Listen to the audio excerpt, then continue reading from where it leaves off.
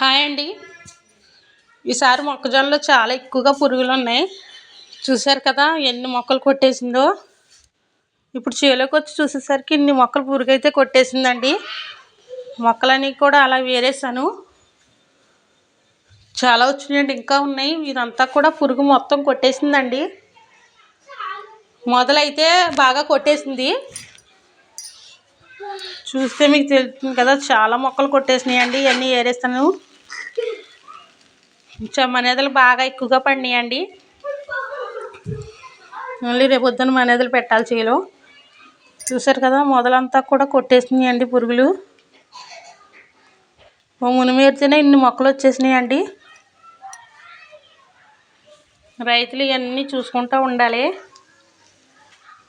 లేకపోతే చేతికి వచ్చే పంటంతా కూడా ఇలా తినేస్తూ ఉంటాయండి. వీడియో అయితే లైక్ చేయండి, మన ఛానల్ సబ్స్క్రైబ్ చేసుకోండి.